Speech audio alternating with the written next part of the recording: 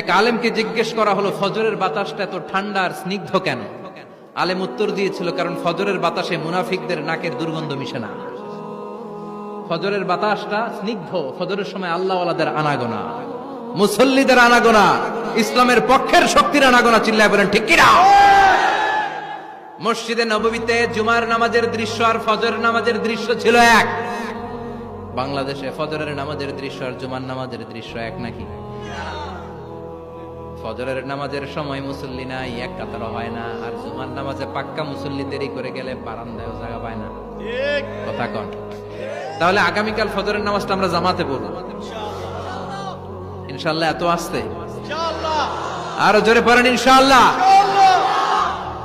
মনে থাকবে? ইমাম সাহেব কে মসজিদের? ইমাম কই? আবু সাহেব কই? কালকে দেখবেন যে কি অবস্থা হয়।